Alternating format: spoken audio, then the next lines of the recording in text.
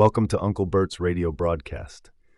This radio show was broadcast by the United States Department of Agriculture in 1926. Disclaimer: this is read from a historic archive document. Do not assume contents reflects current scientific knowledge, policies, or practices. This show's broadcast took place on 21st of March, 1926.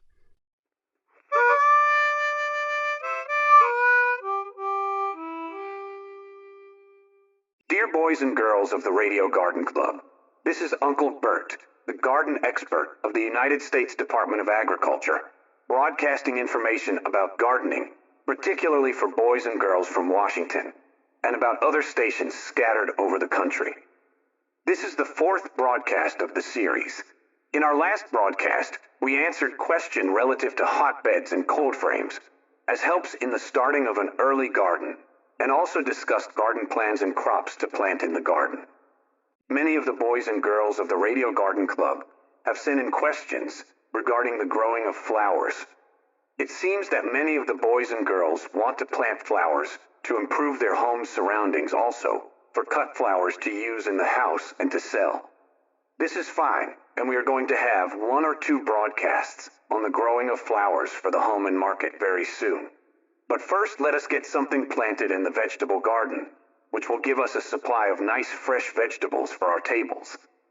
Just now, let us be thinking of the fresh peas, the delicious young beets, and best of all, the golden bantam sweet corn. Preparing the soil of the garden is the first step in the actual process of growing the various good things to eat. There are several kinks in the work of fitting the soil, in addition to those that may develop in the muscles of the gardeners. The old gardener says, spade or plow the garden deeply and thoroughly if you want your crops to be a credit to your labor. The most successful gardeners are those who give the greatest amount of attention to the preparation of the soil.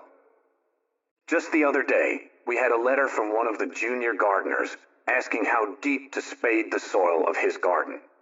We advised him to spade the soil at least 8 inches deep, and deeper if the good soil extended further down. In England and some of the European countries where the art of gardening, for it is an art, is much older than in this country, the gardeners follow the practice of trenching their gardens. First, they use a shovel or spade and open a trench about 2 feet wide along one side of the garden and as deep as the soil can be removed at one time. The topsoil is piled on the side of the trench next the garden fence or on the garden walk. About 3 inches of compost is then spread in the bottom of the trench and spaded into the subsoil. The surface of the next 2-foot space is then spaded over to fill the first trench, and more compost spaded into the bottom of this trench. A third trench is opened, and so on, until the entire garden has been trenched and compost worked into the subsoil. This leaves an open furrow or trench at the side of the garden where the last trench is opened, and the topsoil taken from the first trench is then wheeled or shoveled across the garden plot and used to fill the final trench. This trenching job is done about once in 3 years.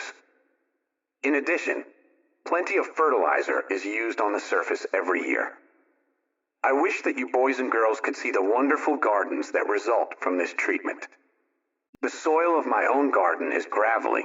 In fact, every time I try to spade it, the spade strikes so many round stones that I find it almost impossible to use a spade. So a spading fork is substituted, and the tines of the fork go down between the round stones without difficulty. Just as soon as the ground in my garden is dry enough, I get out the spading fork and hang it just inside the door of the garage, and then I spade garden before breakfast. Before dinner in the evening, if I get home in time, and after dinner, supper we called it when I lived on the farm, and on through the evening until it is too dark to see to spade or fork the soil any longer. Right here, I know some boy or girl listener is asking, how are you going to tell when the soil is dry enough to spade or plow? That is a good question, and was answered in our first broadcast, but will bear repeating. The experienced plowman simply takes a handful of the freshly upturned soil and squeezes it in the palm of his hand. If it is wet enough to stick together in a ball, he delays plowing until it becomes drier.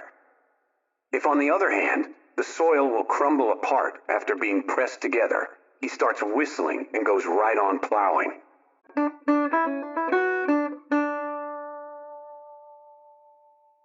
here's a question that a lad has asked. Is it better to spade a garden than to plow it? If the garden is small, it will be best to spade it. But if you are going to have a part of your father's garden, then get him to plow it at the same time he plows his own. If the plot of ground is too small to plow, then spade it, or use a spading fork, and turn the soil over in thin slices, breaking up all clods as you go with the edge of the spade or the fork. After spading or forking, rake the surface smooth and break all the small lumps before they dry and become hard.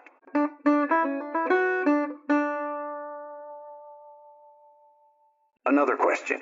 When should compost be applied, before or after spading? If the compost is at all coarse, it should be spread before spading and carefully spaded into the soil. If the compost is decayed and fine, it should be spread after spading and raked into the surface of the spaded soil.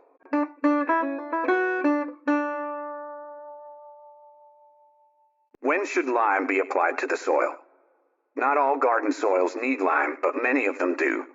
Use the hydrated lime the same as is used by plasterers and spread a 50-pound bag of it over a plot of ground 20 by 30 feet in size after the ground has been spaded, and rake it in the same as the compost.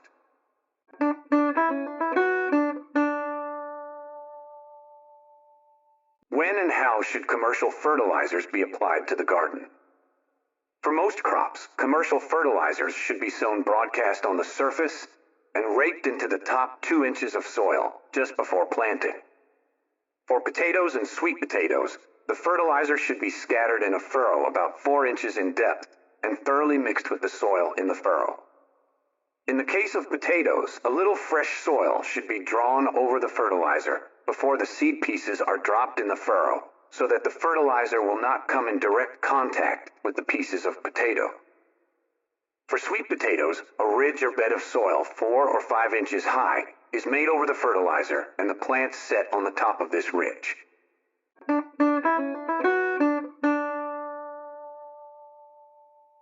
How much fertilizer should be used for garden crops? That depends upon the fertility of the soil. Truck gardeners frequently apply 2,000 pounds of fertilizer on an acre for such crops as early potatoes, snap beans, celery, spinach, lettuce, and other quick-growing crops. Computed on the basis of a small area, this would a little over 1/3 of a pound to a square yard, or 45 pounds on a plot of ground 30 by 40 feet in size. The main point in using chemical fertilizers is to mix them very thoroughly with the soil and to avoid applying them so that the roots of the plants will come in direct contact with the pure fertilizer.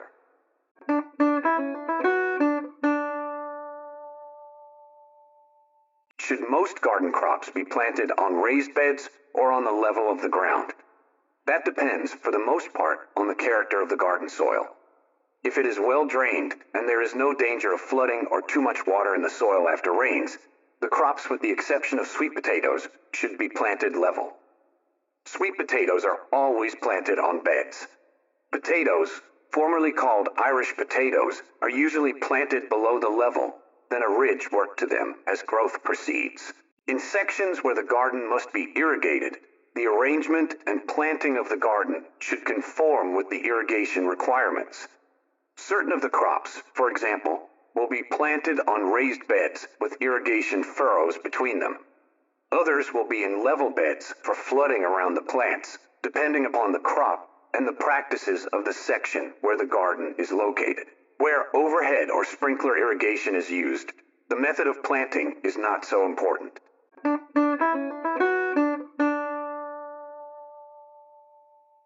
With the ground spaded and the fertilizer applied, what is the next move in planting a garden? Lay it off according to the plan that you prepared on paper.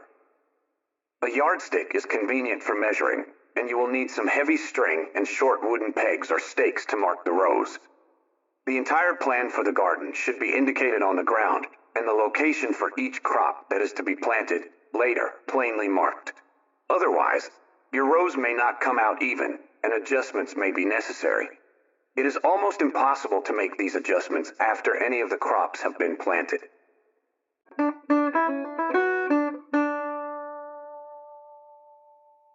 What is the best way to make marks or furrows in the soil for planting small crops? For all such crops as peas and onion sets, stretch the line tightly and make the furrows with the corner of the hoe. For smaller seeds like beets, carrots, lettuce, and spinach, make shallow marks with the corner of the hoe or use the end of the hoe handle to make the mark. Always make the rows straight. And if you do not succeed in getting a good row at first, smooth the soil with the rake and try again.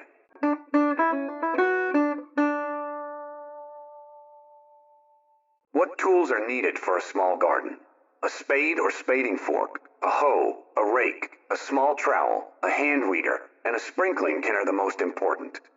Heavy twine saved from the bundles that are delivered from the store will answer for a line, and pieces of broom handle make good stakes.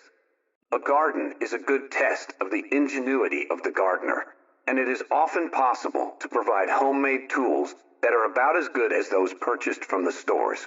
For example, a wooden paddle whittled from a small piece of board will serve as a transplanting trowel. A small piece of lath with 3 wire nails driven through one end of it makes a good weeder for working around small plants. Many of the stores have medium-sized tools suitable for the use of boys and girls, not the toy kind, but real tools.